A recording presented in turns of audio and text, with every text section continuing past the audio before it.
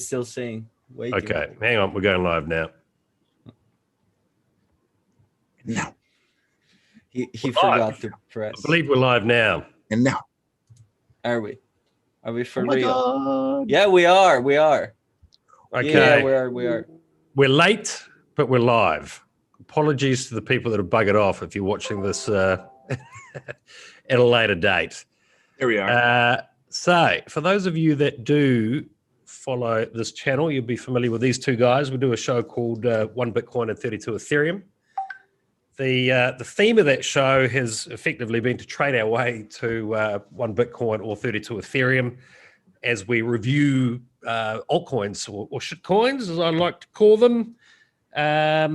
So what we'll do today is I'm going to present the case for Bitcoin. Stefano, our Ethereum expert, is going to talk to you about Ethereum, why he thinks that's the best bet, and our resident shitcoiner, Mr. Gonzo, is going to put forward the case for the shitcoins. Feel free to ask any questions as we go, people. Obviously it's a recorded show we typically do, so we want to try and do a live show once a week moving forward, so we can answer your questions. It's kind of the idea here. So to kick it off, guys, obviously we've all been getting floods of phone calls and messages from people that maybe haven't come into the space that have now realized that wasn't the best thing to do. So I guess my first question is to both of you, and I'll start with you, Stefano. Are people too late? Well, I would say no, but definitely not the best time ever, because everything is going parabolic at this point. So it's kind of like a weird moment. But is it too late? No, not at all. If we're looking like at the long run, not like 2021, but like what potentially can happen in 3, 4, 5 years and so on. No, absolutely not. Okay. Gonzo? By the top, Scott. I don't know, man. Everything's going a bit crazy. Yeah. It's like, it depends on your scope, right? The thing is, everybody getting into it now is getting in because of this insane price action, right? So they're probably going to be like, oh, the FOMO to, you equate buying in FOMO and buying smartly. They just kind of don't go together, right? So most people looking to get into it now are looking because they feel like they're missing out. So you got to kind of explain. Not actually sure what you're telling our audience here at all. Well, I mean, most people that are going to be getting in now are going to be getting in because they see the insane price action, right? And that's called FOMO, right? Sure. But should people get in, yes or no? Yeah, but don't go all in. Don't pull a DD. Start your DCA now, and then wait a week, and then DCA more, and then wait another week and DCA more. I think that's a good piece of advice. I think if you are coming in now, yeah, certainly sort of averaging a position in rather than running in full throttle is pretty good advice. But on that note, this show isn't financial advice. It is just our opinions. It's a bit of a casual chat today, people. We want to try and involve you over the coming weeks and months to come and ask you questions. Next question to you guys before we have a look at the projects we've reviewed and how they performed. Stefano, if you had 10K to invest right now, how would you allocate that? Before that, Dominic, welcome to the chat. Sorry for the loss, and good one on Polkadot and Ethereum Classic. They're both moving. Jess, we're going to try to cover X. Welcome to the chat as well. If I have 10K right now, assuming I own no cryptos whatsoever, it's a tough one, but I think I would like trying to be safe. And so maybe dividing that half and a half between BTC and Ethereum. I don't know if I would have like the guts at this stage to actually put in something else. Again, 10K now, nothing, zero on everything whatsoever. Chances are that I don't know about anything, like no projects. I have no information. I have no investment strategy. I have no experience, but nothing at all, basically. So I would just like stick with either 100% into Bitcoin or 50-50 on BTC and Ethereum. Because that's why those people that don't have that experience are listening to you right now, because you've got a ton of experience in this space. Well, me, I say me, I said that before. My biggest position is on Ethereum right now. 60-70% depends like on the fluctuation of the different values, but 60-70% of my portfolio is on Ethereum. But that's because I believe in the long run for Ethereum and what is going to happen and so on. But we always mention that try to reach the level of 1 Bitcoin and 32 ETH. Yeah. And if we're looking at the numbers, Bitcoin is outperforming Ethereum right now. A lot of people are saying that Ethereum is going to catch up and so on. But if we're looking at that, Bitcoin right now is going better. So if I have 10K, you want to have the mother. You want to have like the main one. It would be silly to not own any BTC at this point if you have nothing. Yeah, agree. Mr. Gonzo? Is ETHO performing though? In March, when we had that epic crash, I bought, sub $100 ETH, and I also bought some Bitcoin. Ethereum has outperformed Bitcoin, at least it had up until a week ago, unless that's changed over the last year. My ETH buy is 12x right now, and my Bitcoin is only 10x. Well, look, hey, let's stay super on point on that question. Gonzo, how would you allocate 10K right now? I would go 70%, half and half between ETH and Bitcoin. And then I would put the other 30% into something like Chainlink. something like Chainlink. Probably Chainlink. Something new that never heard before. Well, I mean, look, I'm doing the same thing Stefano is doing. I'm going kind of safe, and Chainlink had a really early rip in 2020. Yeah, okay. I don't want to get bogged down in the chat on Chainlink. You'll talk for hours. Chainlink, that's Jordan's. No, I want to tell you my investment strategy. Not getting into strategy. It was short, sharp answer. How would you allocate 10K? So Bitcoin, Ethereum, and Chainlink. What percentage would you put into Chainlink? 35 ETH, 35 Bitcoin, 30% Chainlink. Okay, there you go. Well done. You got there eventually. Look, I mean, it's an interesting one for me. I'm looking at, some of my young cousins. I got a phone call yesterday, and they're going hard out on Hex. I think a lot of people are coming into this space now, and they possibly think they've missed the boat on Bitcoin. This is classic 217 thinking again. So you're looking for that big sort of 100x on a gambling chip, one of these other shit coins. And I do, even Dan Moorhead of Pantera Capital is on record the last couple of weeks as saying he sees bigger gains in the alts over a Bitcoin or Ethereum. And that is true. If you were lucky enough to pick a shit coin, there will be ones that massively outperform Bitcoin. That's typically how this market has worked. My attitude on this one, though, is that I don't think you should be playing with too many shit coins until you have a position in Bitcoin and Ethereum that effectively is your piggy bank for life, and you've put that away and you're not going to touch it. You're not going to trade it. Then you take a portion of your portfolio and you trade up Bitcoin and Ethereum, or invest in some of those shit coins. I think for me, that's the sort of strategy I've always employed, and certainly will be sticking, with that moving forward. It's a hell of a lot of fun, this space. You wake up and something's up 200%. One of our guys, part of the HardForking team, mentioned one to us yesterday. The guys just said it's up 200% since yesterday.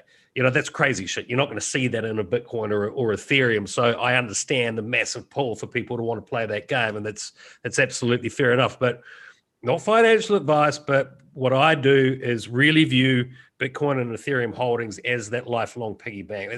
We're probably not going to get a pension in the future. I think sort of that horse is bolted in most countries. So Bitcoin and Ethereum for me is my pension plan. I'll trade a portion of it, and I'll also invest in shit coins. We've obviously been doing this show for a number of months now, looking at other projects. And maybe on that note, Mr. Gonzo, if you want to do a screen share of the projects we've reviewed, we'll have a look at how those have performed. Come on, you gave us shit for being short and sharp about your answer. What's your answer? 10K, how do you invest it? Oh, how would I break down 10K? 60% Bitcoin, 20% Ethereum, and 20% probably on layer 2 technologies on Ethereum, the likes of a Loopring, OMG, Chainlink. XDAI. I'm Chainlink. not buying Chainlink because you go on about it the whole time. It's the Chainlink. only goddamn reason I'm not buying it. There's some financial advice because you pissed me off talking about it the whole time. So you guys don't it know might be a that. great investment. to anybody that is watching, you don't know that, but Sean in reality is 150% over leverage on Chainlink, but it's just like going against that. No. So listen, we're going to get into the argument. Well, obviously we've told you how we would break down 10K. I'm going to really talk about the case for Bitcoin moving forward. Stefano's going to give you a bit of education on Ethereum, and Mr. Gonzo is going to give the case for shitcoins as we move forward. So fire your questions at us, people. But if you have been following the show, One Bitcoin, Ethereum, Two Ethereum, we basically review projects. We trade them in that sort of race to get to a Bitcoin, which has now become a little more difficult. But let's have a look at the projects we have reviewed and how they've done, and maybe just sort of our thoughts on how we're going to use them moving forward. Jordan, you want to... before that, sorry, let's address like a couple of questions because like sure. we do have a live chat that is happening. Dominic, I can take that on Polkadot actually because that remaining 20% of mine that I was talking about, absolutely Polkadot would be part of that. Which is not a layer 2, but it's okay. By the way, no, just say like, hey, you mentioned that, but the question is, are you guys holding DOT? Because I am.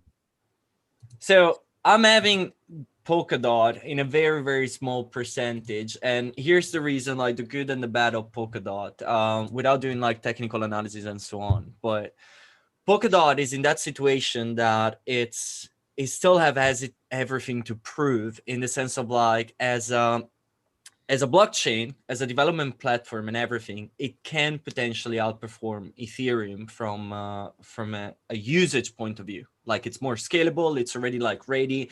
It's kind of like the competition between Ethereum 2.0 that is gonna get there in like 1 or 2 years and Polkadot right now. So can Ethereum still stay ahead in the next 2 years, or is Polkadot gonna be able to like reach the same level of Ethereum before Ethereum reached that 2.0? The number of developers, the number of people that are actually like start doing things on Polkadot is actually increasing very, very high. Now, in an overall, if you're considering it today, Ethereum still have more developers and new projects that are popping in every single time. Polkadot is right now the second blockchain for number of projects and developers that there are on the chain. If we're considering the time frame of when Ethereum got created and when Polkadot got created, Polkadot is outperforming Ethereum. However, we need to consider also the fact that when Ethereum got created, there was no smart contract industry. Nobody was developing. So a lot of people that actually learn how to develop from Ethereum are now migrating on Polkadot because it's actually like a good infrastructure on that. The Web3 Foundation is doing an amazing job with grants, and there are like a lot of projects that are like start pushing on new things. What is missing right now are pieces of UX, like for example, Portis. If you don't know what Portis is a type of wallet that allows you to just insert an email and password. You don't have to download anything, not installing everything, and so on. Lisa, hello, welcome to the chat. Meanwhile, the last thing on that, because like I literally got this yesterday. There is this project that is having grants now that it's called Moonbeam Network. And it's a layer like on that is developed on Polkadot, and they're having like some very good grants. And what they're doing is trying to simplify the migration from Ethereum virtual machine to Polkadot. So if you have like a smart contract that runs like in Solidity, you can migrate that like quite fast and easily, which is basically like the reason why a lot of people are using layer 2 like XDAI or Matic instead of other things like Loopring and so on, because you can run a smart contract that is very, very similar to the layer 1 on Ethereum. So the potential for Polkadot are on point, like 100% good. But as of today, it still have everything to prove. So it's kind of like betting on Ethereum before the DAO Act happened, when there was like no even a split between Ethereum and Ethereum Classic. Are you willing to take that risk? Well, a lot of people are, obviously. But you know, it doesn't mean that it's like a sure thing. Doesn't mean that, like, you know, it might end up on being the same thing as like EOS. Who is developing on EOS right now? Like, I know that there are a lot of people still supporting that, but there is nothing really happening on that side. So it's a good start. It can really, really like explode even more, but it's not the sure thing right now. But overall, a thumbs up on Polkadot for sure. Where would you rate it in sort of a hierarchy of, you know, obviously you hold Bitcoin and Ethereum. Where would you sort of, do you consider Polkadot a wild card, or do you consider it somewhat of a, you know, a main blockchain now? Do you think it's going to be, you know, top five in a couple of years? It's possible. It's not a main blockchain right now, simply because it's getting started. Like, there is a lot of development that is happening, but there is very, very little that it's live right now. You know, it needs to like improve a lot before getting to that stage. However, if I'm considering like the story between like, is there an Ethereum killer? You know, and we heard those stories like in 2017 with like EOS, with Tron, with I don't even remember, like all the things that like VCs were investing in, and be like, oh, this is going to be like the Ethereum killer, blah, blah, blah, and so on. I don't care about ghost chains. I never bought into like EOS or stuff like that, for example. Polkadot has the potential to get there, but would I say that is a sure thing? I don't know, because like a lot of people are migrating on layer 2 now, on XI, on Matic, and so on. Like the ecosystem on Ethereum is like consolidating on that thing. Can Polkadot being a side project and have like their own ecosystem and so on? Yes, absolutely. Tron has its own ecosystem. BitTorrent, DLive, Just Land, you know, everything that, not everything, but like a lot of the things that are available in Ethereum are available in Tron. Yep. So, you know, the big question to me is like the gas. It's all come down to that. Are developers gonna migrate to layer 2 and so move from layer 1 on Ethereum and go on Matic, on Loopring, on OMG, on XDAI, and so on, waiting for Ethereum 2.0 and then like migrating back on 2.0 and so keeping everything in that sphere? Or are developers gonna be like, I had enough, this is it, migrate on a different blockchain and just like start and running on that one? Now, in chain like EOS, Tron, and so on, that is not possible because they're completely different. But on Polkadot, they're doing a lot of bridging that could actually make that very easy. Once you start having things like bridging, effortless creation of wallets, and, you know, Uniswap and all of those things, could it be in the top 5? Yeah, it could.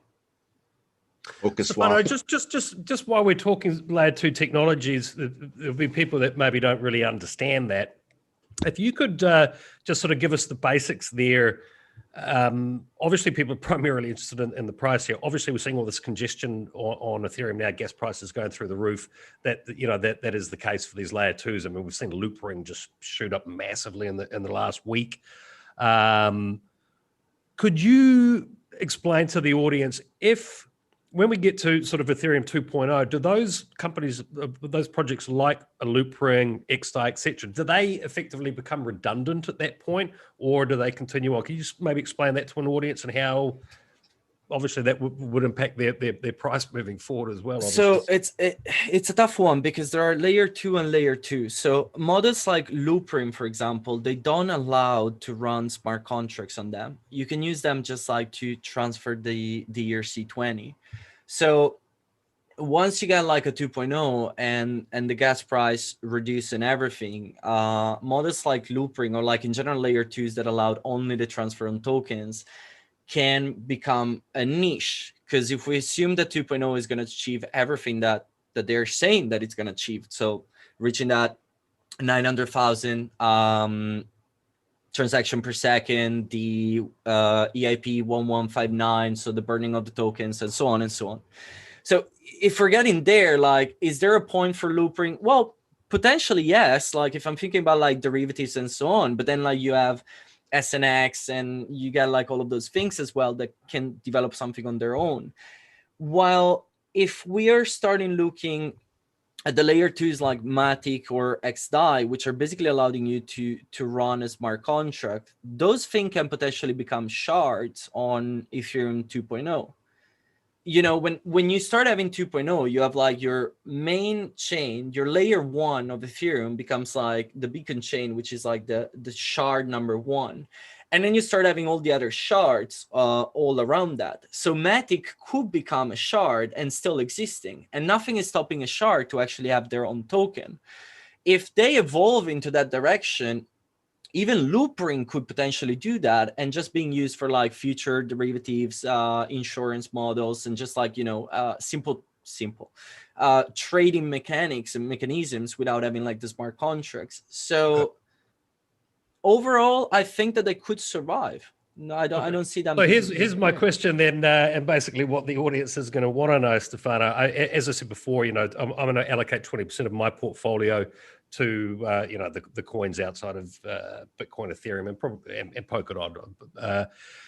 Of these layer 2 technologies, if I'm coming in from an investor's point of view here, which do you think is the best? Which do you think is the best bet? So one of the conversations that I'm seeing a lot is like at Corporatio, so the company that I'm running, we're migrating on XDAI. And the reason why we're migrating on XDAI is because the only 2 options available were Matic and XDAI for us. And Matic has like the limitation that you need like the mobile wallet for that, while XDAI is allowing you to use porties and so on. So for the use case that we have, XDAI make more sense. While on the other side, if I'm looking at like the real actually like development and community and movements that is happening, the majority of the people are moving on Matic right now. So I am a big believer in XDAI because of personal reason, because of the type of work that I'm doing. But if I need to place a bet between Matic and XDAI, I'm not considering OMG, Loopring, or anything like that, to be honest, because you cannot run smart contracts there. And so between the 2, I would actually be more focused on Matic, because there are a lot of projects that are actually moving there. Nintex has moved there. Avagotchi has stopped the launch and they're migrating on Matic. Zed Run, it's launching on Matic. Like in general, there are like so many gaming and like high trading systems, not trading, but like transactional systems that are moving into Matic. So I think that overall we might see a nice run on Matic, just because of usability. Okay. Lisa's ripping you up in the chat there, Stefano. Huh? Lisa's ripping you up in the chat. Oh wait, let me read on. She's saying all those layer 2s got Polkadot nothing on DOT. What? She says all those layer 2s got nothing on DOT and its interlopability. No, it's true. That's the thing. Like as a technical point of view, Polkadot is way ahead of the curve, and there is a lot of development that is happening. Like Lisa's mentioned, like Kudama that is on testnet. Kusama, It's true. It 100%. I'm completely agree on that. But it's on testnet. Like it's gonna it be is live. the testnet. Huh? Kusama is the testnet. Yeah, that's the thing. Like Polkadot is now having like a tsunami of development that is happening, but it's not there yet. The main point is like once they're gonna be live, are people actually gonna move there? Are people gonna make that jump and be like, I'm letting go on Ethereum, or I'm allocating like 80%, 30%, 40%? Well, it's all price speculation, isn't it, Stefano? And obviously that's we've seen huge moves. So I guess the real question is, to what degree are you speculating it is going to work? Is it an Ethereum killer? Is it this? You know, is it 100x? Is it 1000x? Or I have no idea of that. That unfortunately, I know that a lot of people would like to have that prediction, but I don't know. If I knew that, I would put my money there. Would you put your personal stack into Polkadot ahead of Matic or XDAI? Potentially, yes. I have. Actually, yes. Yeah. Okay. I did. There we go. I think so. That cleared Because up a there little is bit. That cleared up a little bit of my thinking of where I'm going to. They have well, the thing is that like the one of- main point for me is looking where the development is happening, where I believe that like projects like that are made by the developers. More products there are, more communities are coming in, therefore more users, and more usabilities means higher price in the blockchain. If you're looking at Tron, that it's run by basically like bot gambling websites and so on, that is basically the use case on that. Were people developing? Yes. On Tron, yes, they were. But if we're looking at like what is happening on the blockchain now, and a lot of people are like, yeah, but they have like their BTT launch and BitTorrent acquired DLive and blah blah. There are things happening on that side. Nothing to say. Polkadot is in that stage. Are people gonna migrate? If there is a lot of development happening and the UX is easy, the transaction is actually easy to be made, then 100% yes. Because from a technical level, right now, it is better. It works better. Okay, a couple more questions in the chat here, guys. Dot versus Ada. I think I know the answer to that. It's probably going to be Dot from you guys. all day. All day. I mean, Okay, George, connected to Dot, they have. Next one we got here. We got this. This is an interesting one. Simon is asking us: BCH hold or sell? Now for me. Yeah. Well, look, I get crucified by my Bitcoin maximalist friends here, but there's a little interesting development on BCH. Kim.com, who is just up the road from me here at the moment. Hopefully I'm going to meet him and do an interview with him shortly. He is basically going to be using BCH in the coming months. And look, this guy with his mega upload, you know, he's no dummy in the space. If he's going to be building on BCH or integrating BCH more to the point, it's actually quite a significant play, and it's a few months away. I do like Roger Ver. I've never used BCH. I've never really covered it too much. So to answer your question, sorry. On that tip, you know, he might be using it. Isn't that like what happened with XLM? Didn't like? No, he's put it in his roadmap. I mean, he tweeted this out a couple of days ago, which is why I went back and had a look at it. It surprised me that is the case, but that's where Kim. But isn't that what happened with XLM here a couple of days ago? Like the Ukrainian government said they were going to build their central bank currency on XLM, and that's why it's pumping. It's just totally like 2017, 2018 again. You know, like, ooh, partner with McDonald's, partner with the Ukraine, and everything pumps. Oh, like 2017, it was somebody was having lunch with someone in Korea on a Tuesday, and that would move the price of Stellar. Yeah. And believe me, it's that was my big token outside of Bitcoin in 2017. Yeah, look, I don't know too much about BCH as I say, but Simon, I would recommend looking closely at what Kim.com has planned. I think that might help you thinking. If you currently have it, I don't really see it going backwards. I mean, you know, this entire market's parabolic at the moment, but, you know, understand the fundamentals. And that is a pretty significant piece of news on that front. Jordan, how about, we've got some people asking about Hex. Why don't we bring up the projects that we've previously covered at this point, and we'll just have a run through those and what they've done and what we think they're likely to do. Okay. Maybe we'll start with Hex.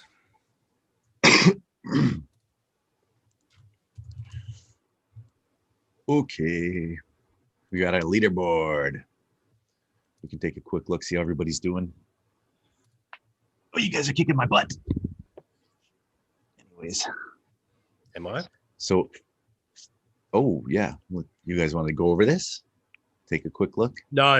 Let's get into the overall projects. They can check in our leaderboards on the actual show. All right. Right, going from the top, Aga. Jordan, you brought us this project, so tell the audience about it. Aga is our man Thomas. You know, he's super transparent. He's up front. He doesn't hide anything. All his wallets are posted. He created a token to help monetize his mining business, basically. So he has the business model of as the token goes up, he buys more miners. As he makes more profits with the miners, he buys back more tokens. So, when he first came to us, everybody seemed a little bit skeptical, like, oh, it's cloud mining, blah, blah, blah, blah, blah. But since then, Bitcoin has gone up and he's continued to buy back tokens, and he's actually burnt a bunch of tokens. He burnt 1 million the other day, I think, which was the catalyst for this big pump. And he said in January that he's going to do a buyback every day, $1,000 worth of AGA. So as you stake them, you get rewards, and then there's another secondary token called AGAR, providing liquidity and stuff. So yeah, I mean, he also said it would outperform Bitcoin by a factor of 2. So it hasn't done that, although I am very pleased to see how it has done. It obviously took off massively a couple of weeks ago. Mm-hmm. So check out. You're calling him out for his 2x call? Well, he said it. So well, at this particular time, yeah. I mean, taking a snapshot. I mean, don't get me wrong, Thomas. If you're watching this, I'm pretty damn happy with the returns we've made, but it effectively is mirroring Bitcoin to this point. But yeah, look, it's certainly not one that I'm getting rid of. As I said at the time, I like the fact that it is based on Bitcoin mining and so forth. So if I'm going to be in coins outside of Bitcoin and Ethereum, yeah, I don't really have a problem with this one, and it's performing. So well done, Thomas, and the AGA team. Long may it continue. Stefano, I mean, you guys are obviously holding, or have you sold this? What are your thoughts? I'm still holding. Yep. Yeah. Okay, on to the next one. Axie Infinity. Stefano, you brought us this project. Talk us through what you're thinking and what's going on. Well, Axie is having like a little bit of an issue right now because of the gas fees on Ethereum. So overall, dollar values is staying the same, but compared to the Ethereum value, everything is going down. The SLP value, the land value, the Axie value, and so on. So it's having a little bit, apart from AXS, which is the government token, all the other things are going down a little bit. It's okay. I mean, like it got like a nice run back in Q4. Now it's kind of decreasing a little bit. I assume that like once the gas fees on Ethereum are going to go like back down, people are going to go back on like asking for SLP, breeding, or once they move on Ronin, which is like their side chain, the entire token economy should restart, and so we might potentially like seeing some movements happening. Overall on Axie, I'm remaining bullish. I'm still playing every day. Our students are, apart from yours, Sean. Hey, listen, mine suck. My guy is absolutely dreadful. I forget his name. Is intentionally. And I'm not going to publicly dox him either. But I'm giving away my team. So if there's anyone out there that wants an Axie team, you've got mine. Just put a comment.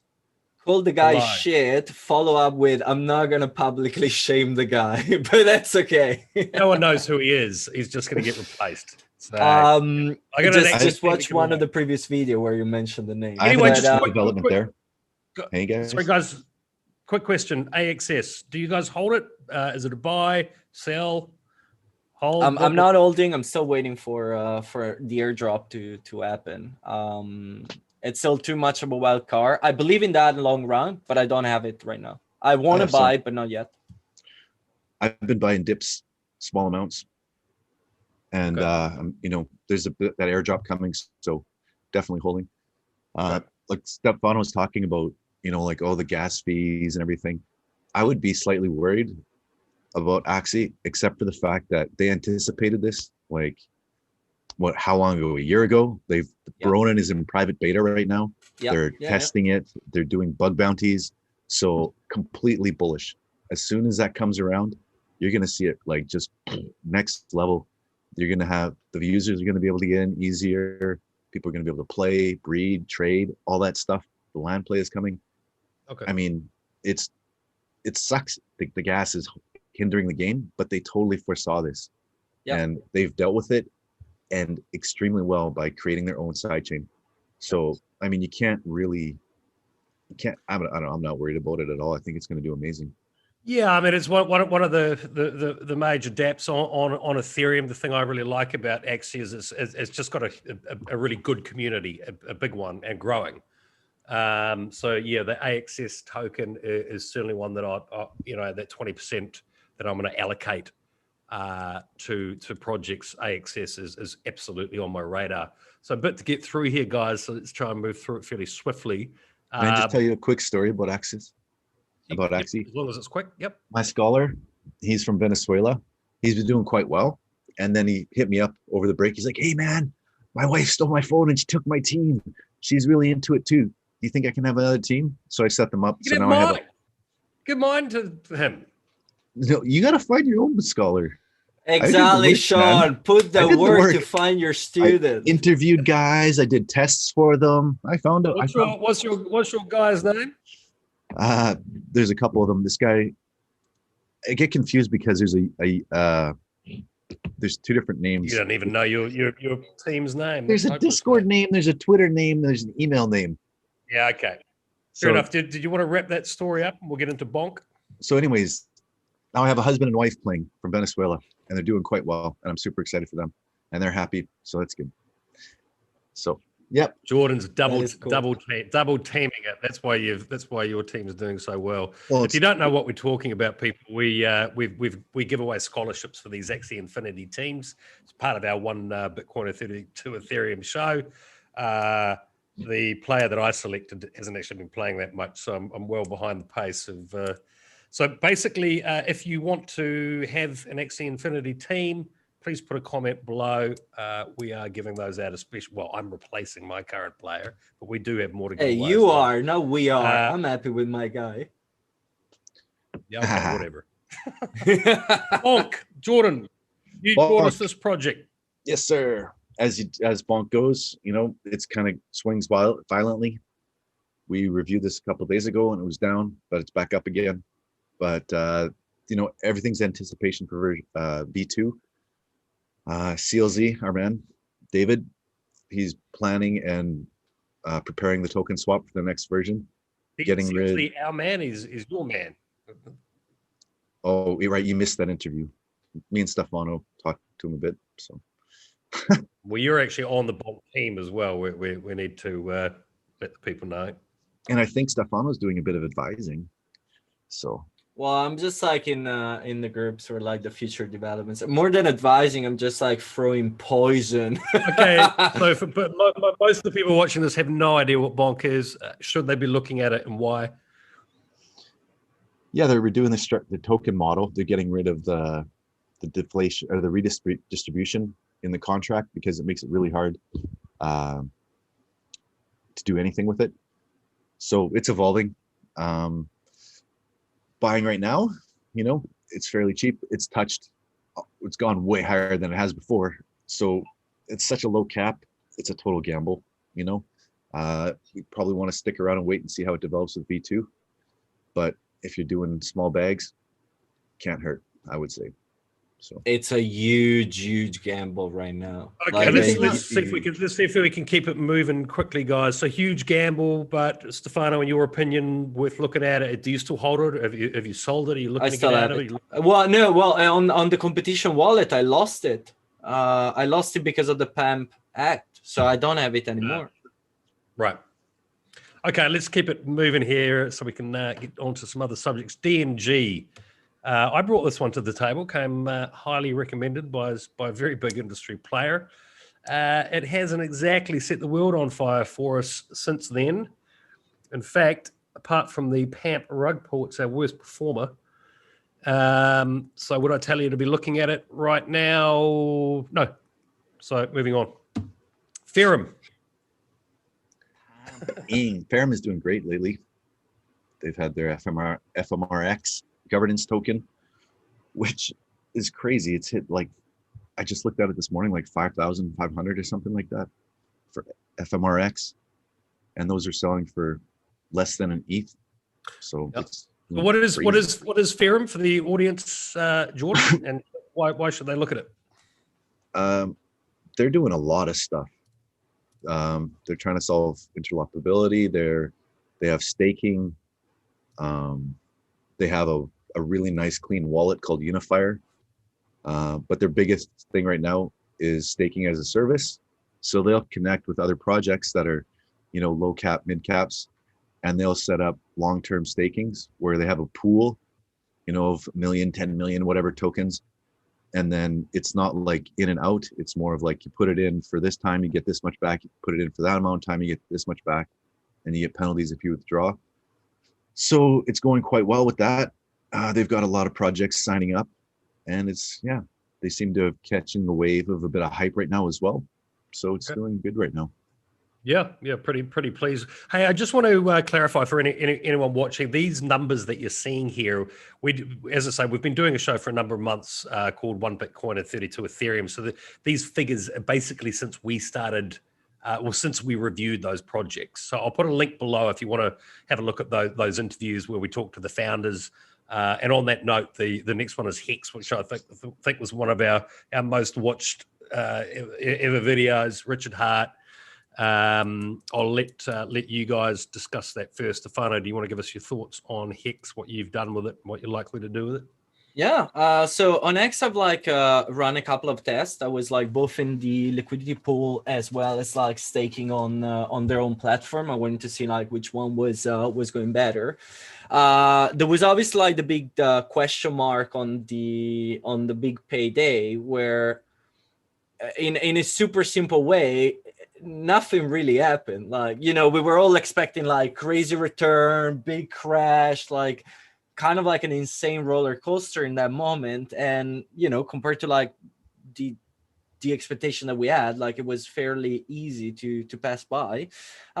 X is doing good. When we spoke to Richard Heart, he actually mentioned that the platform is complete. That's what the product does. Right now it's just the matter of onboarding more user, and so keep the token being as scarce as possible and so on. But numbers speaks for themselves. We're up on that. I sold the part that I had in the liquidity pool because that was part of kind of mitigating the risk for the big payday. The majority of that I still have it because it's from the staking platform and so on. So overall I'm happy with X. It's doing exactly what it's supposed to do, and what Richard has mentioned since day one. It's supposed to make you money, and it's not outperforming as BTC or Ethereum in the past 1 or 2 months, but overall since the beginning of the year is doing totally fine. So yeah, cool. Jordan, thoughts? Yeah, one thing is that this board is based on USD value.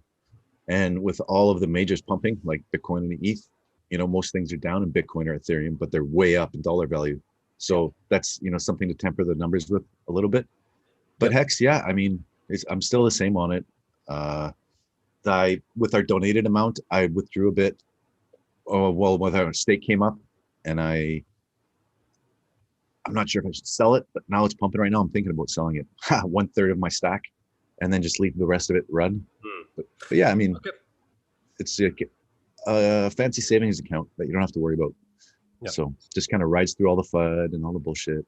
So it works. There's no hacks. There's not, it seems fairly secure. So good to go. Cool. So for me, I just also want to point out this board is possibly a little bit misleading. So obviously here it's up 188% since we got a donation. So once again, I just want to say these figures are purely for our show, 1 BTC and 32 Ethereum. But also what this doesn't show is we got a big payday, so to speak. So that actually gave us, what do we get for that? Another 20, 30% of the tokens? Yeah, 30%. Yeah. So actually it is has kind of tracked, for me, it sort of tracked the BTC and Ethereum roughly, being up sort of close to 300%. Over the similar time period. I get asked about Hex all the time. Somebody called me yesterday and they said, should I sell my Hex? And my answer to them was, well, I said, how many other shit coins have you got? Not that I'm saying Hex is a shit coin. And this particular individual has loads. And my simple answer was, well, then why the hell would you sell Hex? I really consider, Richard Heart, I think, is a smart guy. If you don't know who he is, we'll put a link below. But this guy was a hardcore Bitcoin maximalist. He started his own project. The entire Bitcoin community attacked him. He gets it left, right, and center. The reality is, I see this guy on Twitter every day, all day. He markets the hell out of this thing. He's built a good community around it. It surprised me to hear my young cousins the other day. They were like, they're in Hex. I think it's a major. I certainly wouldn't advise going into Hex ahead of Bitcoin and Ethereum. But if you were playing an altcoin game, this was the original staking project. We know who Richard Heart is. Like him or hate him. This guy is out there marketing and community building on the daily. I couldn't tell you who's behind half these other shitcoins. So if I'm going to go into a staking project, I'm going into Hex. That's my position on that. I do hold it, and I'm not selling it. I hope that clears it up. There's taxis rolling around London covered in Hex. Really? Yeah, you didn't know that? Serious? Oh man. Yeah, No, seriously. They have a huge campaign where they have like decals all Yeah, over. for me, I've staked it until my 50th birthday, and it's just, in many ways, it's sort of how I view Bitcoin. Just put it away, forget about it. Do I consider it a long shot? Yeah. But do I consider it way above the majority or most of everything else in the space outside of Bitcoin and Ethereum? Yeah, I do. Absolutely. There's a multitude of these DeFi and staking projects now. This one was the first one. I know who the guy is. Would I buy any of the others over this? No, I wouldn't. Absolutely not. Hey, Sean, we got some comments about Nano in the chat. Okay, well, let's just quickly whip through these, and then we'll talk about any other questions. Well, I think we should address the guys in the chat. They've been waiting patiently while we. Well, okay, take the screen share off, and we'll do that. And we'll come back. Because he was asking us if Nano took us by surprise, and me and Stefano were just talking about. I'll be back in a minute. Okay, Stefano, what we were talking about earlier, the guy says, "Oh, what does Nano do?" Right? And I mean, for me, I got into Nano like when I first got in because it was like, holy shit, this is fast and so cheap. The Nano miner, you put it in, it's like wow, and you could send it to each other super fast, no fees. It was like, wow, this is really good.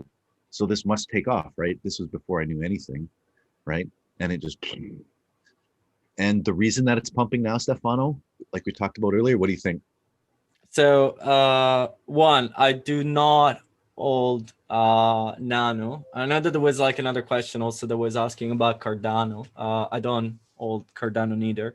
Me neither. But the view Nano. that I'm having on a lot of these things is like when 2017 came along and we started having like all of these ICOs and so on, everybody was holding, and we had like those moments where like a portfolio of like 15K could have been turned in $1 million in a matter of a year. And then like majority of the people got like blocked or didn't sell, and so like that $1 million then went back down to like 15K or even less because then we got like the bear market and so on.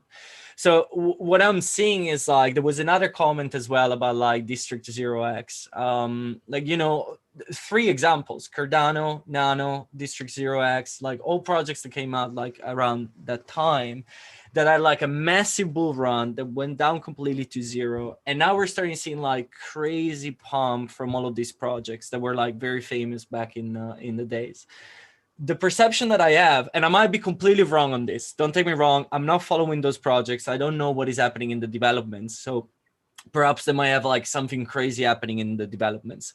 But it seems very strange to me that a lot of like those projects are all pumping like crazy now. So I don't know, statistically speaking, it seems pretty weird that all of them are having like some crazy news coming out all at the same time. What I think is happening is that a lot of the past holders, whales and so on, that got caught on not being able to sell back in 2017 are kind of like getting in that position of like pumping those coins back that have an history now, so they can play like that solid history point and just waiting for the right time to then like dump everything and kind of putting them into the graveyard. I'm not saying that all of them are gonna do this. I'm pretty sure that there are projects that like are finally gonna deliver something or like are really gonna like keep growing in a steady way and like everything is gonna be good. But numbers is like, a lot of things coming together. I don't know. They come back because they have a purpose. Okay, but so here's the thing. You probably know more than me on Nano, because again, I'm not following that. But my understanding is on Nano is like for payments at that point. It's like, you know, it's a super cheap way. You scan your QR code, or like you have like your wallet and you just like pay.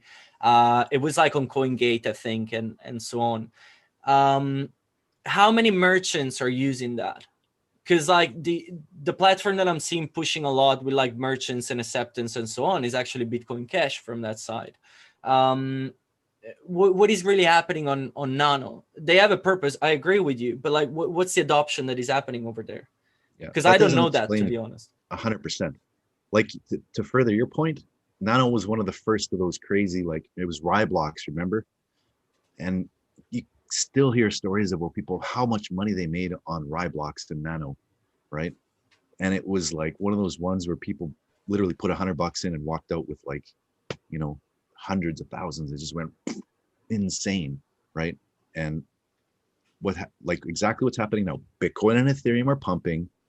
Anybody with any kind of crypto holding is now making good profit. So now they're going in and they're buying their old bags to pump them up. And it's definitely coordinated. Like XLM, XRP, how are these like... Stellar is another one, that's true. How are these coins? XRP, sorry on that. XRP did like what, 30%, 50% yesterday. They have a lawsuit going on. And they have a lawsuit. They are being delisted by... Like, it's top 5 cap. How is the top 5 cap gaining that much market cap overnight? Come on.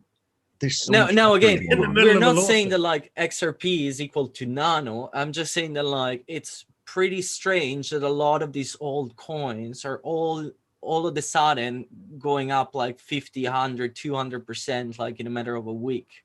Yeah. But again, we don't know because we're not following those projects. So if you have more information about like the increase in the community, the usability and so on, let us know, because, you know, we're sharing our own experience, but we want to learn also like from people that knows more about than us on specific projects. So if you know stuff, like feel free to share. Like it's an open conversation type of thing. So just pointing that Nano out. Faster and cheaper.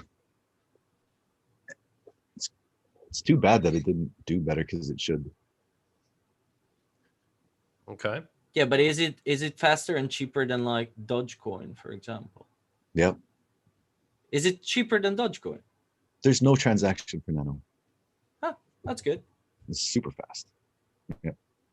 Well, look, XRP came up there. Maybe that's a good time just to have a quick chat on regulation. We've obviously had the OCC ruling in the last week. Do we want to finish the top 5 or the leaderboard? Or sidebar? Yeah, we can do that. Okay. Quick, we'll go through. There's a couple of good ones in there still. Free, instant. I mean, those are valid points, George. I totally agree with you. Those are 100% valid points. But that's logic, you know, like in crypto, it should make sense that would do something, but, you know, it all comes down to the whales and the bag holders, and then the right time news, right? So we got up to Pamp. Now of everything we've reviewed, this is the only one I've sold. What? I'll let you guys tell everyone about Pamp and the lessons to be learned Rug pull. as they come into the world of shitcoins. What can happen? The official story. Oh, go for it. The official story is the dev brought in some marketers, gave the keys to them. The marketers knew how to find the exploit. They minted billions and then completely drained the liquidity pool. So anonymous Great dev. Story. Yeah, it's the classic shitcoin badge of honor. It's like, you're not really a shitcoiner unless you've been rug pulled, right? Yeah. Depends on how many times it happened. Well, exactly. Well, it was also funny you cut me off there when I mentioned regulation. A lot of people, we don't want to talk about regulation, but yeah, I suppose, you know, what we do get in this crypto space as it's evolving, something like Pamp does shine a light on the fact that, you know, obviously there has to be regulation. We've had years of this chat within crypto of, you know, self-regulation. I've been hearing that since 2016 and to a certain degree that kind of happens. But yeah, Pamp's been the only rug pull that we've reviewed, and I hope that remains the case. 2 hours later, you guys got burnt, huh? DMG is like the slow rug pull, the slow-mo rug pull. Well, it's not a rug pull. That's the thing. At least like the guy came on the show, put the face on his project, believes in that. I admire that. Then it's not performing well, but don't try and cover your ass, Jordan, by pointing the finger at a badly performing project. You brought us some guy with a fuzzed out voice who wouldn't show his face. Good God. Fucking Satoshi guy. Who does he think he is? Oh, you reckon Satoshi invented Pamp, do you? No, but I reckon anonymous doesn't mean bad project. Yeah, it was Satoshi. It was like, damn, I need like. All right. Anyway, there are rug pulls. There are rug pulls in this space. People, be careful. Sean, R also is led by anonymous devs. Is that a shitcoin? We had a guy showing his face, talking about it. I mean, obviously, let's move into this. Obviously, for those that you don't know, R is pirate chain.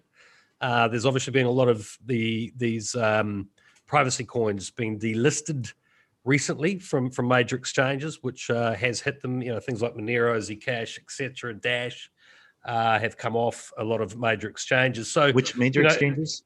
Because sorry, I saw that news and I would laugh my ass off, man. It just sounds like FUD, because the major exchange was what?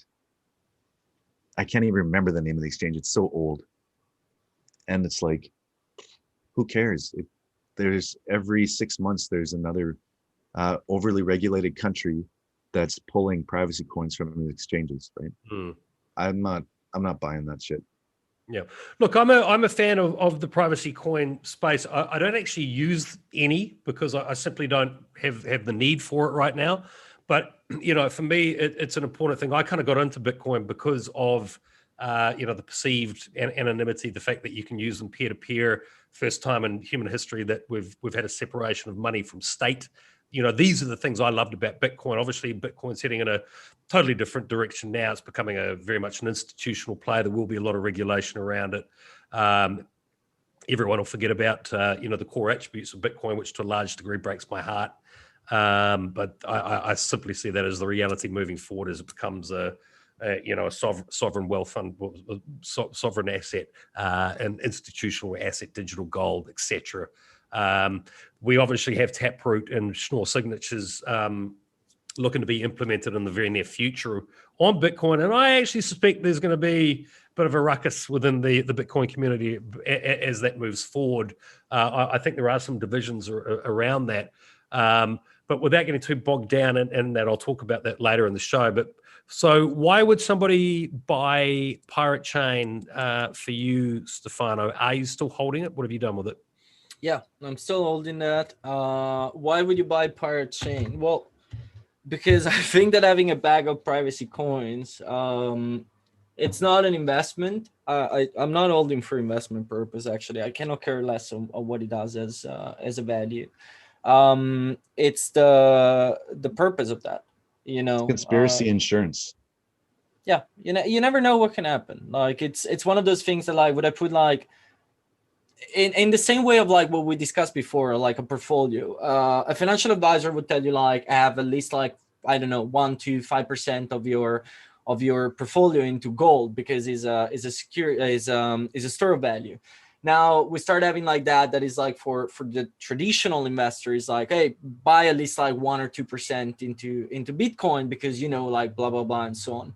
To me, it's like have a little bit into a privacy coin. You never know where you are in the world, what can happen. Like it's one of those things that I rather like being okay now and just like prepare in the worst case scenario than being sorry if I'm in a situation where I need it and I don't have it. Yeah, absolutely. I agree with you. For me, it was great to have those guys as one of our review projects, purely from my point of view, to shine a light on what is happening in the privacy space. We also looked at Masari, I think last year. A lot of what goes on in that space, the development there will potentially filter through to the likes of a Bitcoin or to other projects. You know, something like Zcash, for example, a lot of that was being, innovation was being used by JP Morgan. They in fact funded part of that project, which is quite lost on a lot of people. Though, you know, there's people in that space that when you mention a privacy coin, they think you're a freaking criminal. You want to go buy cocaine on the dark net or whatever. For me, it's very much about signaling. I think we do need to be aware that you know, privacy is a human right, and the people that do work in the space, you know, I don't think there's anything dodgy or a criminal element going on there. Ultimately, a blockchain is very traceable, but you know, the innovation happening in the privacy coin space to build in privacy features, etc., and even into bigger projects is important. And you know, it's 100% not something I would ever sell. And ultimately, actually, if you look at the price appreciation of it, it's done quite well. But for me, it's always going to be a hold. It's not something I would sell. And I'd encourage anyone watching this to be aware of the innovation and the reasons to potentially hold a you know, privacy coin moving forward. Jordan, thoughts before we move on to trade? For privacy, there's two things. Generically about privacy, we're seeing Dash, which is distancing itself from privacy now, which was like supposed to be the first privacy coin, right? They're completely getting rid of that and then just marketing it more as digital payments now, which is super interesting. Kind of shows you where the motive is, right? They're more about the money than the privacy. They figured they had a niche there with privacy, but now it's getting regulated and they're scared. So now they're switching to just making money. Komodo is another one that came around. KMD, they were also initially a privacy set and they have really strong anonymity, but now they've also done the same thing where they pivoted away from privacy and they're just focusing more on their network and other aspects of their coin. Okay. So and for me, with this is probably the only coin on this list that I have no problem holding with no questions asked. And I would, if I was financially advising people, it's a good entry point and I would still buy right now of any of this thing on our list. Definitely, I would say buy R. Okay, you know, cool. You know, it's long term. There you go. That's big thumbs up from all three of us on R and privacy coins in general. Now, this next one is I'm pleased to see it's gone up 71% in the last week because I had extremely high hopes for this project. Jordan, do you want to explain what UniTrade is as quickly as you can, and then we'll look into how we're trading it moving forward? Superficially, Trade is bringing like a centralized DEX look to Uniswap. They're getting raped by the gas problems more so than most projects, I think, because you know it's hindering their adoption a little bit because people are not able to use it as much because the fees are so high, and so they've got like a section of like medium to large traders that they can appeal to only because of the gas fees. But you can place limit orders, market buy, so they're trying to improve upon Uniswap and make it a much better interface and make it more usable for traders. So in other words, if you're a hardcore shitcoiner and using MetaMask and Uniswap and buying tokens the whole time, kind of the big problem is that you can't go to bed at night and put a stop loss on something, but with UniTrade you can, just like you know, trading on a Binance and so forth. That's kind of the innovation there, right? Yep. See, for me, I thought that would be huge, and I thought there'd be a massive demand for it, and I had high hopes that UniTrade would really skyrocket. We may well see that. Might be a lack of marketing awareness, etc.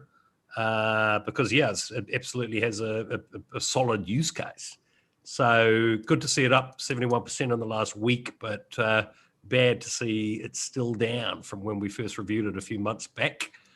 Stefano, any comments on UniTrade? Yeah, I do have quite a few. So basically, UniTrade has been like bouncing back for two reasons. One, they've been burning 2 million token, which adds on the alpha million that they burned like back in December, I think it was, or November when they started like the campaign and everything.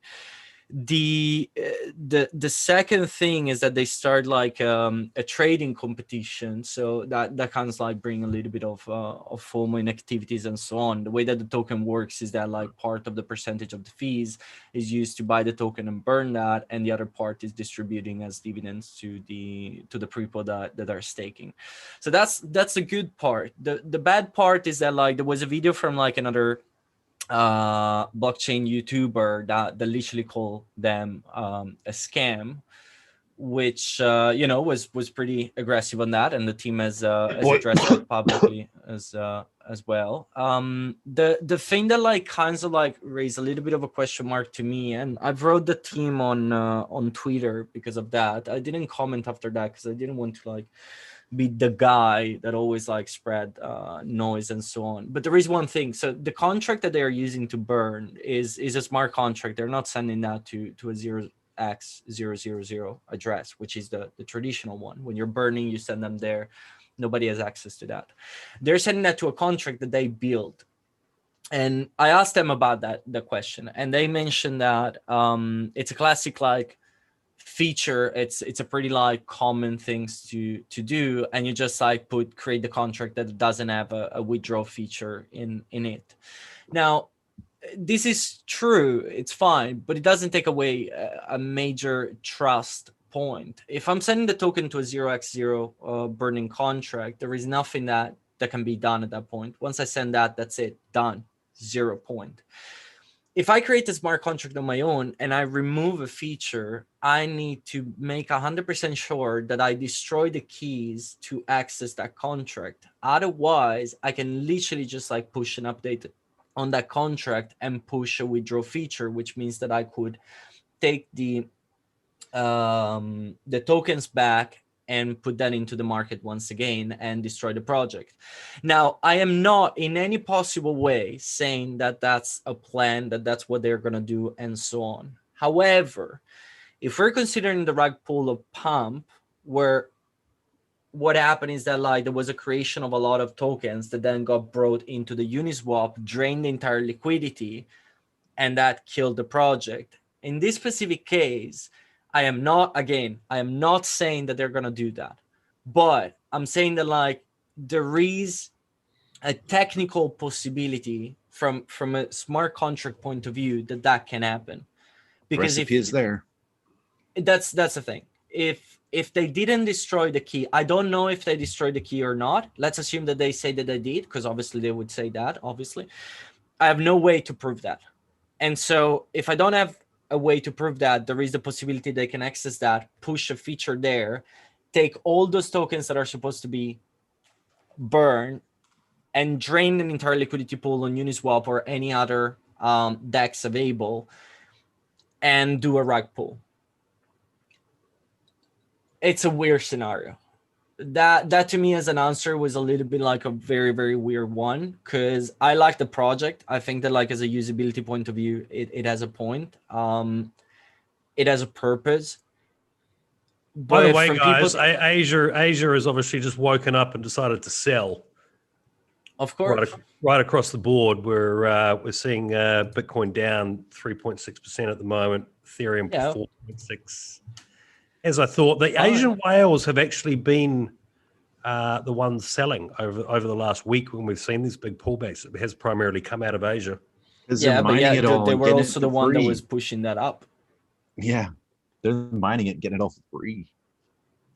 Quite a big sell-off happening at the moment, actually. Do you want to screen share CoinGecko, Jordan? Oh, okay. Everything is red. It's red.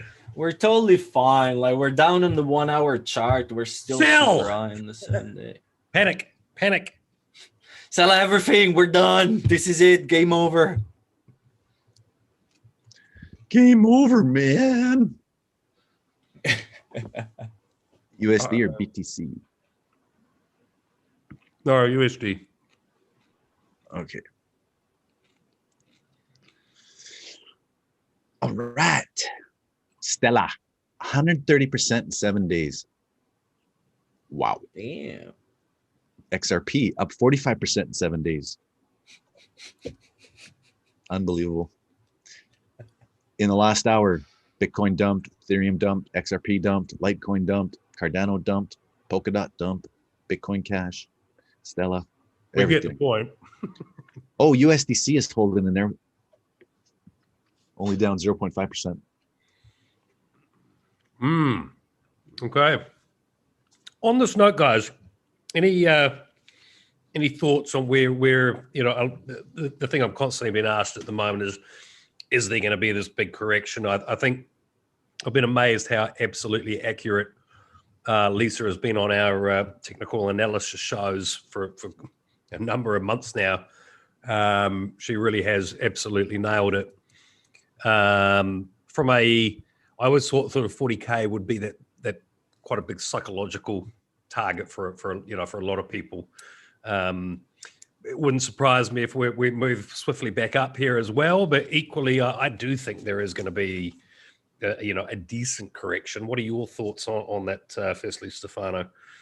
Well, two things. One, 40K, 38 to 40K is an important value because you got like the 10x from the 3.8 that it was like the minimum that we got in 2020, and then it's like the double from the all-time highs. So it's like from 2019 600 whatever it was to 40K. So it's obviously like a psychological level. It's true.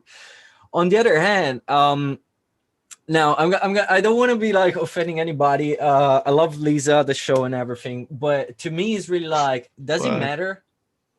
Like with a really like point is that like, does it really matter if there is going to be like a dump or not? Let's analyze this for a second, because like a lot of people that are like asking that is like, oh, I'm trying to find the moment to buy. That's the reason why they want to know if there will be a crash or not. It's like, so should I buy now or should I wait? Point is that since 2017, which is like the moment where a lot of people start coming in the space, because before that there was like literally 5 bodies in a table. But from 2017 to now, you had 3 years to buy, and now you're waiting for that dip for like what, a movement of like $10,000, $2,000, $5,000, whatever it's gonna be. Like, you had your window to actually try and buy something and so on. And chances are that if you did that, you're already in profit at that point. So is there going to be a dip? Yeah, potentially. Of course, there is going to be a dip. Like, there is always a dip. If you're looking at the numbers, Bitcoin always loses every single year, apart from like 1 or 2 years in total. But like, we always have like massive corrections down like on even like 50, 60, 70% and so on. Maybe like for a 24 hours period and so on. Yep. Do you really need to try to catch that day to actually enter? No, exactly. Like, and let me just jump in there. You're 100% correct. You know, look, I've had this channel running for a good number of years now. I've been through a bull market before. I don't think you're too late here. I'd be packing up, and you'd never see me doing this again if I didn't think that we're just getting started here. You know, this industry has gone from a handful of geeks in a room back in, to even as recently as 2016, 2017.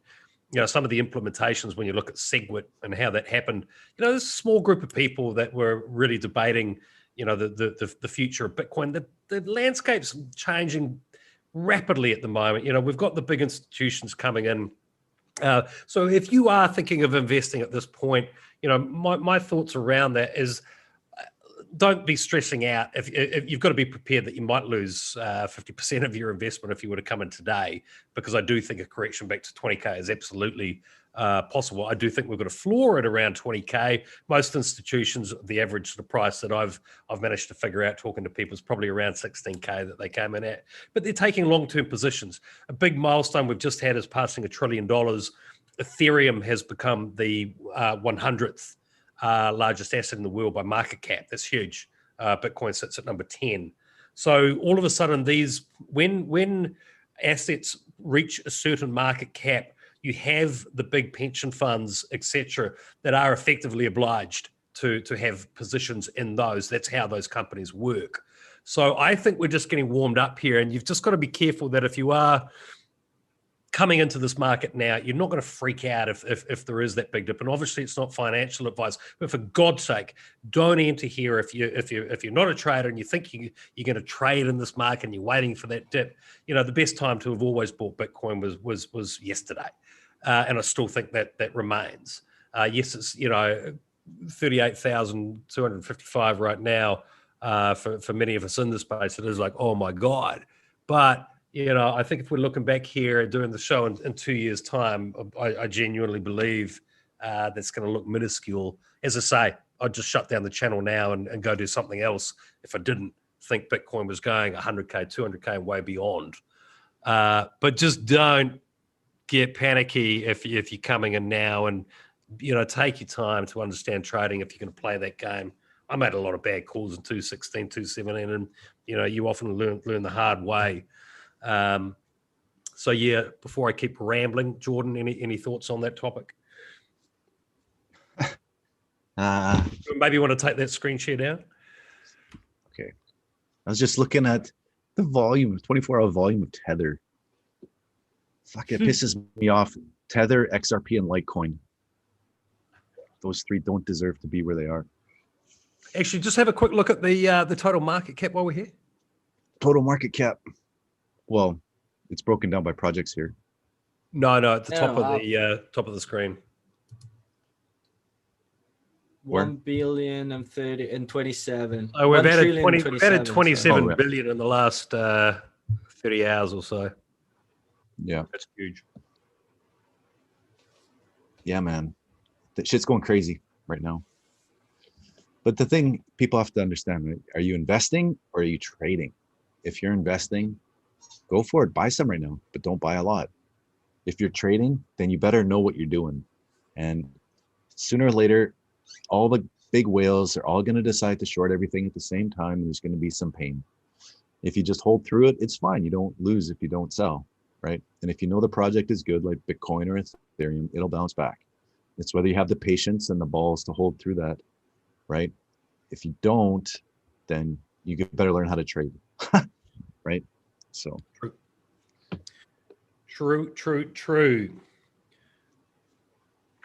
Excellent. So the other project on our reviewed list that we didn't touch on was our very good friend Vesa, the crypto artist.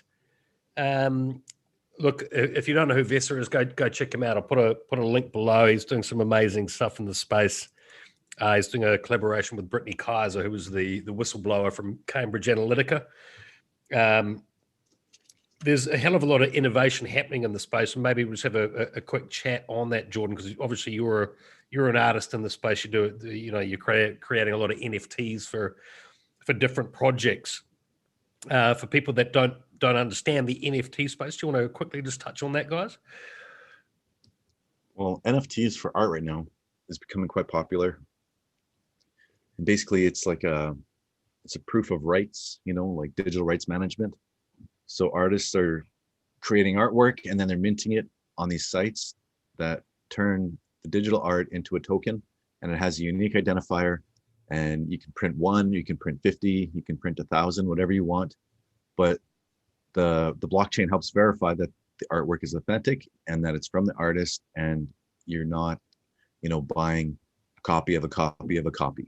So the art industry has the same problem as almost every industry these days, all the corruption, and you're seeing floods of artists that are going, whoa, this is a much better way to do it, right? They're able to mint a piece of art on a marketplace, and then every time that piece of art is sold in the future, they get a revenue off that, a royalty. So for a lot of artists, that's a huge draw. And it's a new market, and then there's lots of people with disposable income throwing money around right now. Like, yep. Vesa had a bit of a rant there in the last couple of days about what people are buying, and some of it is just like, it totally feels like a bubble. But at the same time, he went a bit aggressive in the past. Yeah, he was getting pissed off on Twitter. Yeah, just saying, like there's a lot of money, but it's not smart money, right? And people are buying some really crazy shit for a lot of money that doesn't make a lot of sense.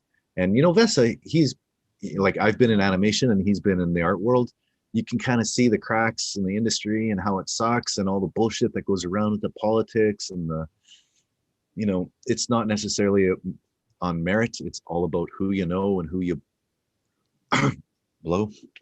But that's how it goes.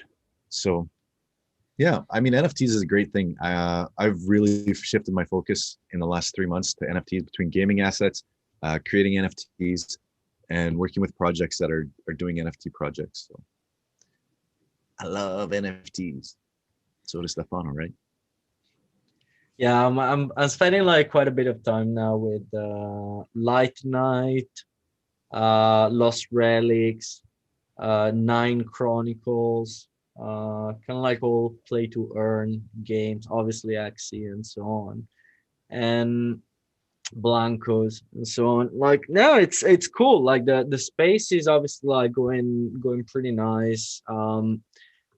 Is one of those things that I'm starting like considering the idea that I think that right now, what Visa and yourself are saying, I think like it's actually true, because obviously I'm not the person, I'm not the artist, I'm not making those. I'm the person that is like, I'm the user and I receive NFTs for what I do.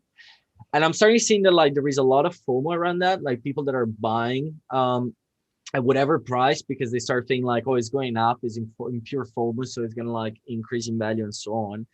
But then I'm starting realizing that like, because we are in this like crazy volatility situation right now in the market, people are starting like realizing that they put a little bit too much money into NFTs, and now they would like to trade them as if it is a normal token on Uniswap, and they cannot do that.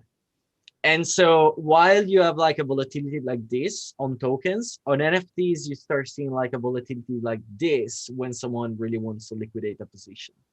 So it's a tough one. It's a very, very difficult one, but it's a lot of fun. That's for sure. 100%.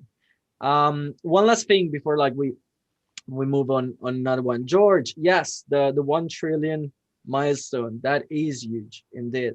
We've been waiting for that like since the run of 2017, because like that's when people start talking about that. We didn't achieve that, unfortunately, and yeah, it is super important from a psychological level to have achieved that in the entire industry, for sure. Okay, so I think we're going to round the show off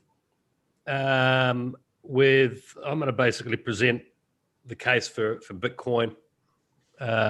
Stefano's going to do the same for Ethereum, and then Mr. Gonzo will get you to round it out with the case for the shitcoins moving forward. Most people are probably waiting to hear from you on the shitcoins, because I know in these bull runs, that's, you know, everyone does come into this market and it's like, oh, I've missed the boat on Bitcoin, and they're possibly thinking the same about Ethereum at this point as well. Everyone's looking for that 100x or 1000x. And 1000x is actually realistic on a shitcoin in a bull market, without a doubt. I mean, we've seen it with a number of coins, even in 2020. But first, I really want to just, you know, put a pretty basic case forward for why I'm a Bitcoiner. Firstly, you know, I think there's three main attributes of Bitcoin. You know, the first one for me, and really the main thing that appealed to me back in 2016, is it's unconfiscatable. For the first time in human history, we've got an asset that's yours. It can't be taken off you. It's never been around before. You know, gold in 1931, Roosevelt made it a crime not to declare the gold you had and hand it back to the US government. Will we see a similar thing happen with Bitcoin in the future? They may turn around, and that may happen, and hence talking about privacy coins before. But the reality is with Bitcoin, you've just got to remember effectively a password. Obviously, you've got your private key, your seed phrase. But if you remember password, you can walk through an airport with your entire net worth in your head. This is that's an amazing innovation in itself. The second attribute of Bitcoin for me is it's uncensorable. You get to spend this on whatever you want. There are some rules or a bill trying to be passed by the Secretary of the Treasury, Mnuchin, at the moment, which is going to make it difficult for a lot of companies and could stifle a lot of innovation in the blockchain space, especially in DeFi, where they want you to you'd have to basically say, if you're moving from a Coinbase to another wallet, anything more than $3,000 you'd have to actually have the KYC on that destination wallet address. So if possible, you should always try and acquire Bitcoin peer-to-peer. You should get it off a friend if there's a way you can earn it. Buying at KYC does sort of limit that uncensorable and unconfiscatable nature of it. So just be aware of that if you're coming into the market now. But ultimately, the majority of people out there really care about the third attribute, or the reason, the third attribute being the price going up. What causes that? We've got a supply and demand shock here. That's the thing for most people, and that really comes about. We've got this supply that everyone knows. X amount of Bitcoin are produced every 10 minutes. It's now 6.5 Bitcoin, and ultimately we know there's only ever going to be 21 million. So institutions have understood this now, and that whole digital gold narrative has really kicked into play there. I see Bitcoin only going in one direction. For me, it's just a matter of how high it goes and how fast. It does to a certain degree break my heart that those first two attributes maybe aren't as important to people, and most people new to the space probably don't even understand them or care. It is a number go up scenario.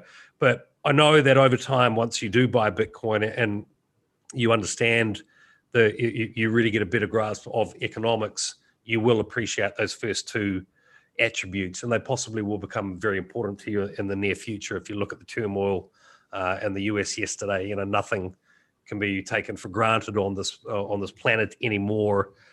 These are crazy times. So look, we're in a situation now where real inflation, and the reason these institutions are coming into the space is real inflation for these treasury funds that publicly traded companies are holding. They're in a position where the smarter people have understood that cash on your books is actually a liability. It's losing value, possibly up to 20% a year. So if you're holding cash in a publicly traded treasury, the real value of that money in 5 years can be pretty much wiped out at the rate that we're printing money. We've got a scenario that's quite similar to what happened in Japan back in the 90s, where you've effectively got central banks now buying equities. This is an insane scenario. So if you're a part of the capital class, if you're wealthy, you're okay, but for everyone else, this is becoming more and more of a problem. And the case for Bitcoin there, for me, is even stronger. You need to have this as part of your portfolio. Real inflation running at 20%. Doesn't really matter for, if you're living at home with your parents or whatever, and your inflation is probably more like 2%. You care about Netflix or buying a flat screen TV. But for these big institutions, their understanding with this money printing, geez, this is insane. They can't buy into the equity markets. We've had hyperinflation in asset values, especially in equities and high-end property. This is why these people are coming to hard money, things that are scarce, that are going to retain value. And Bitcoin is absolutely, in my opinion, the best asset on that front. Other things that sort of fall in the same class are things, luxury property, art, these type of things.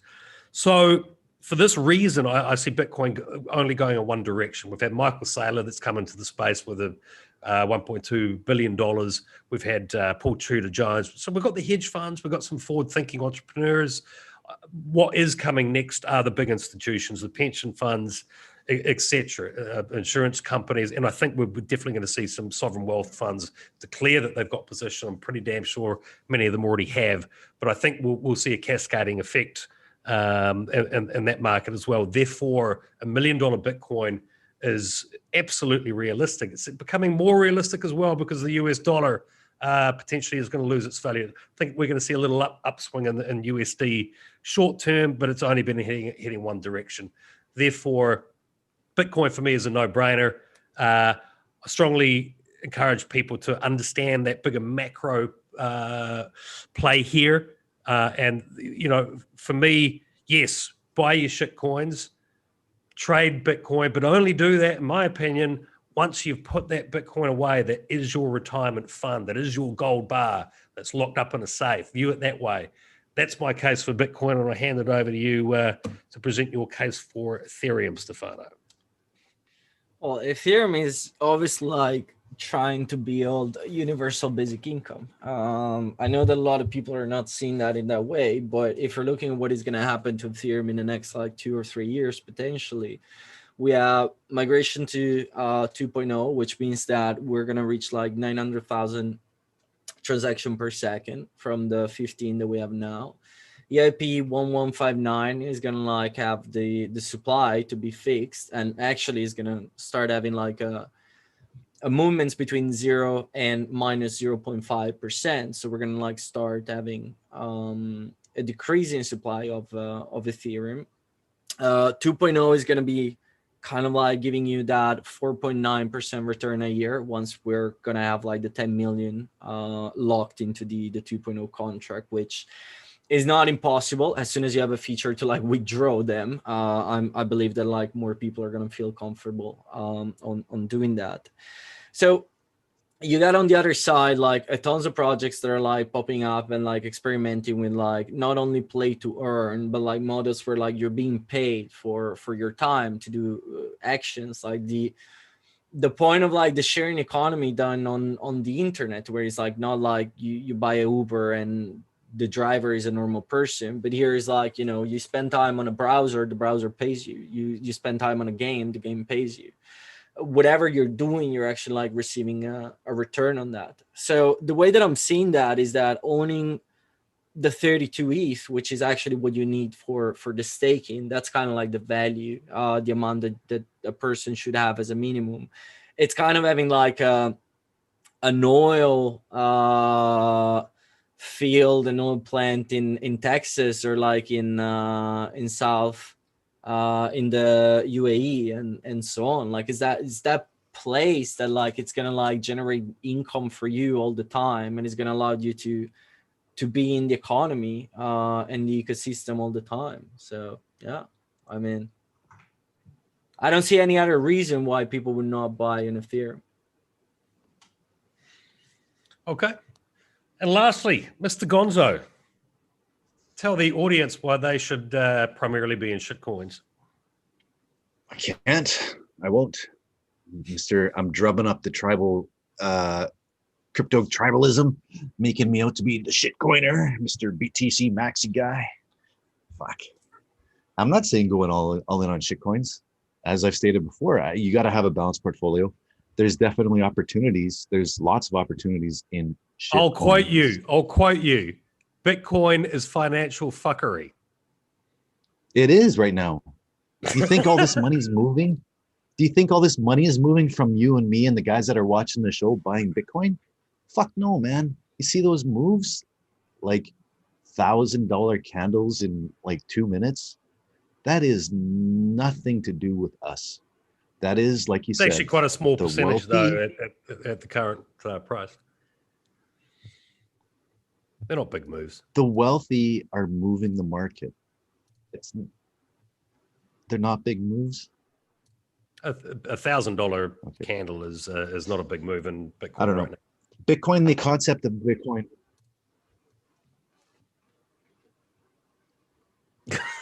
It just froze. Bitcoin, the concept of Bitcoin, I totally agree and I love it. Yeah, that's my. Why do you describe it as I gotta go to financial work fuckery the other week? I got about 5 minutes here. Okay. Why? Because like the same concern minutes. that Didi has.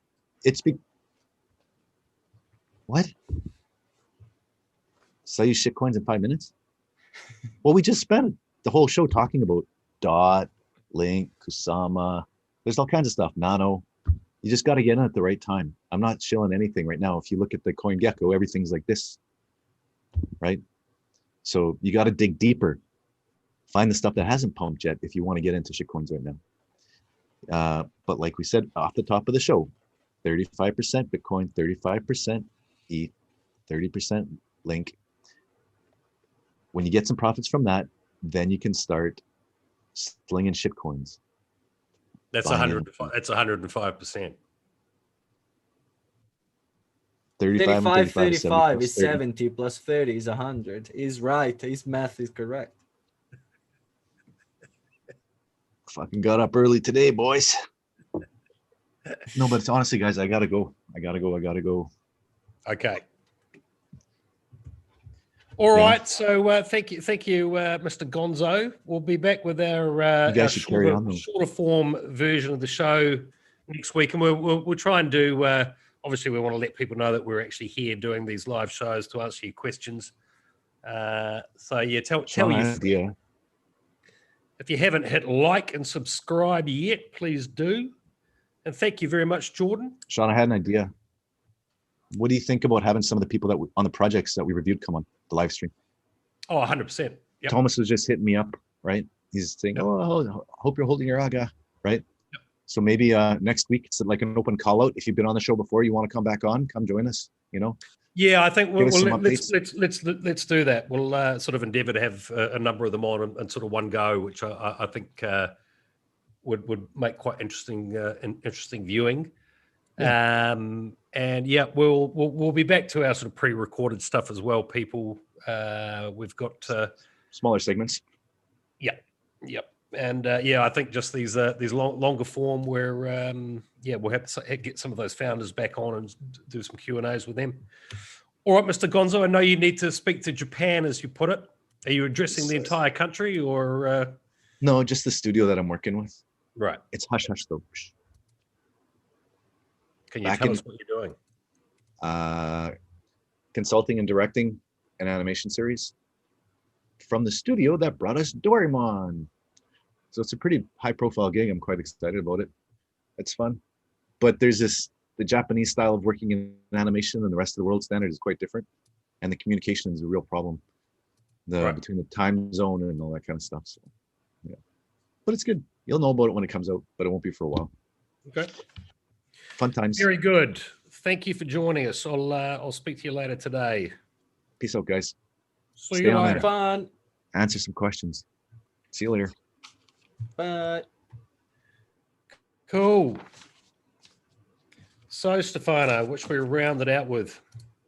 I don't know. There is like so many things happening right now. Real.co is gonna do a sales of a property this evening.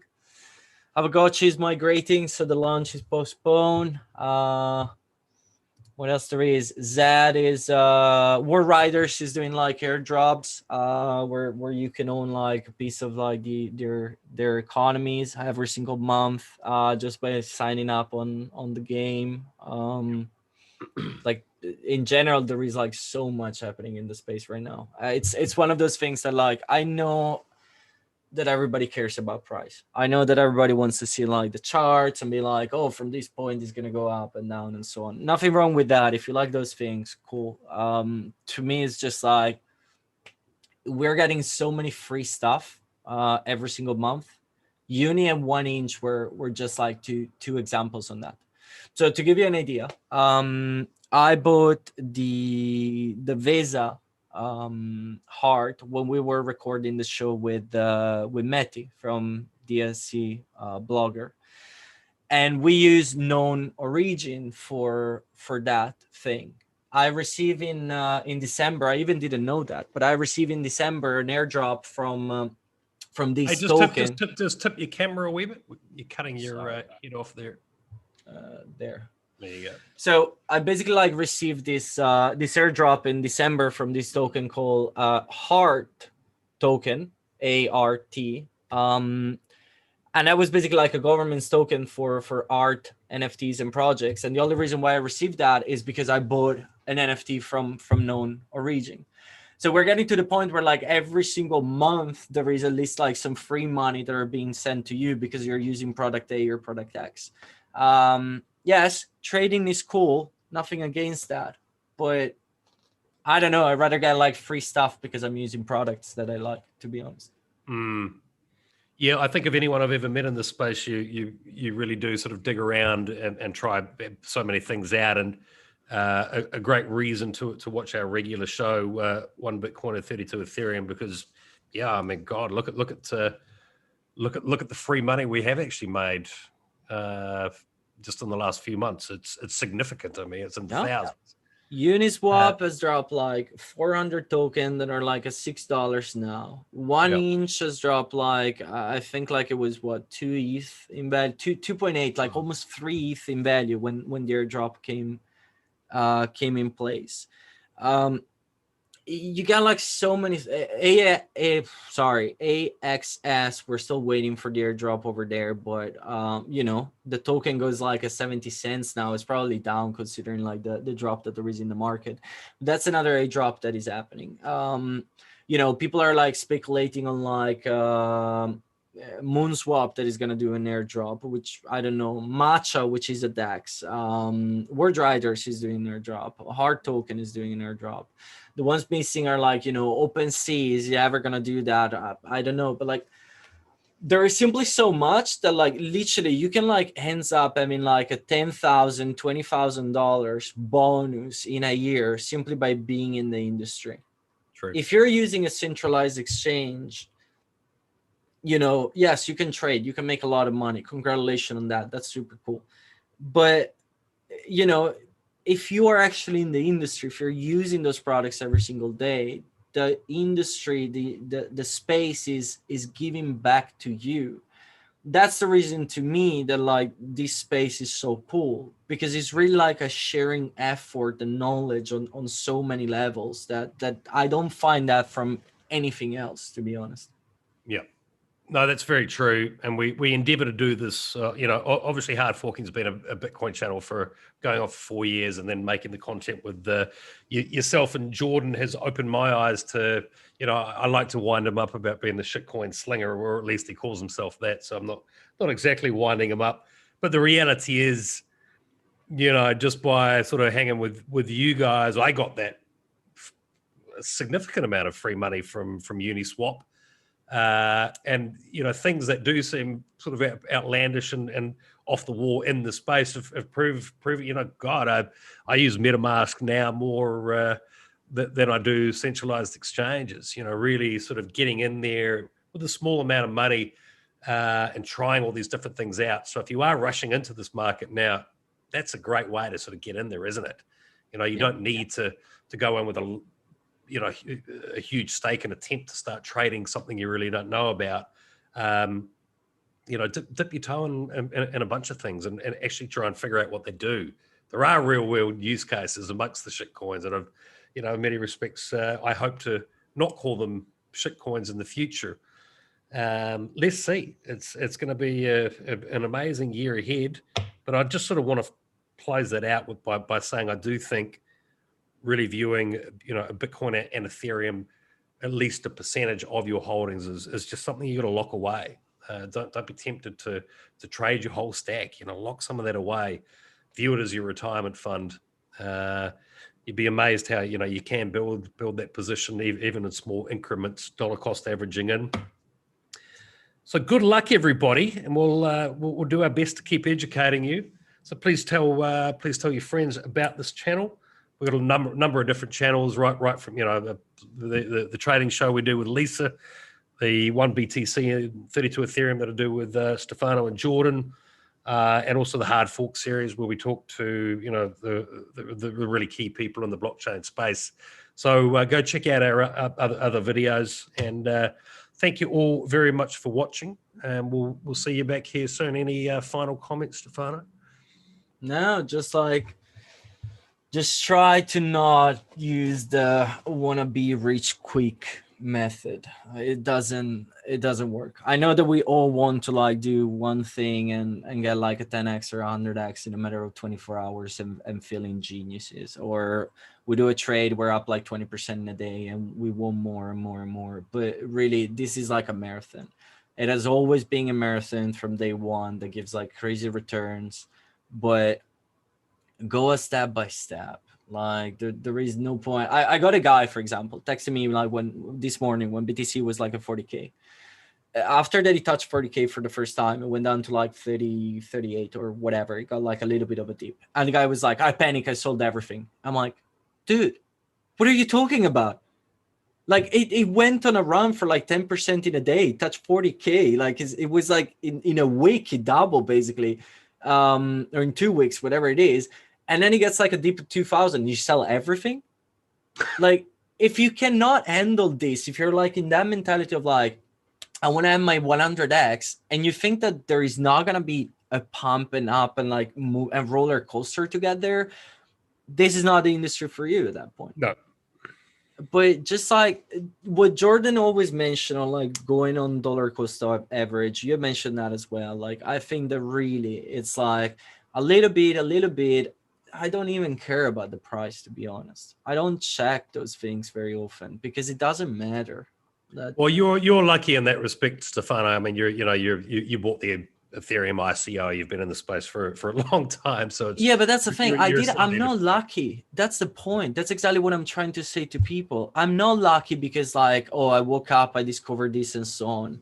I'm no mean lucky. There is like so much effort and hours spent on reading, on making mistakes, on rug pulls that you lose every single time. Like out of 1,000 things that you test out, maybe like 500 are going to go bad and you lose all your money on that. But the other 500 are going to go like 10x and so on. But like, you know, there is like tons of people telling you like, oh, this is all like when back in the ICO, fair enough. Okay, but hear me out on that.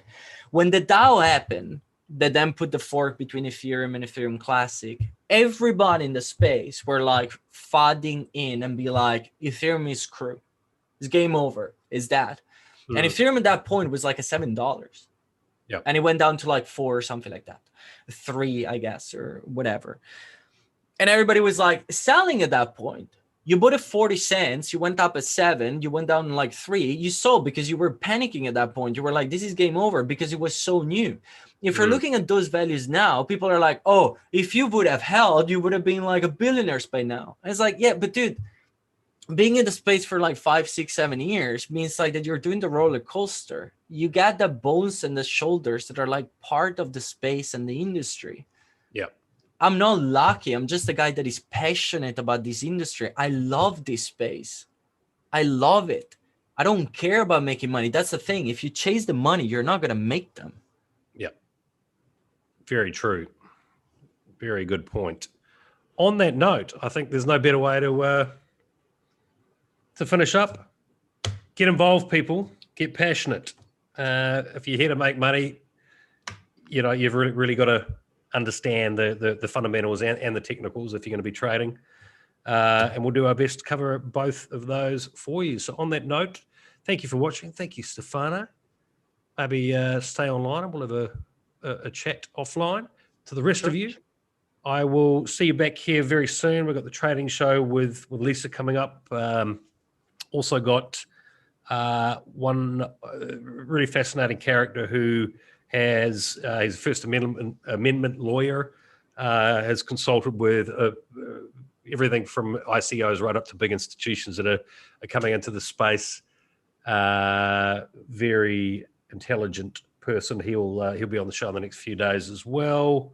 Also, thank you to Dominic, to Jess, to Lisa, to George, to Crypto Lifer, to George again, the other one, to Robert, to Meth, to Crypto Sugar for the comments, the questions, the interaction.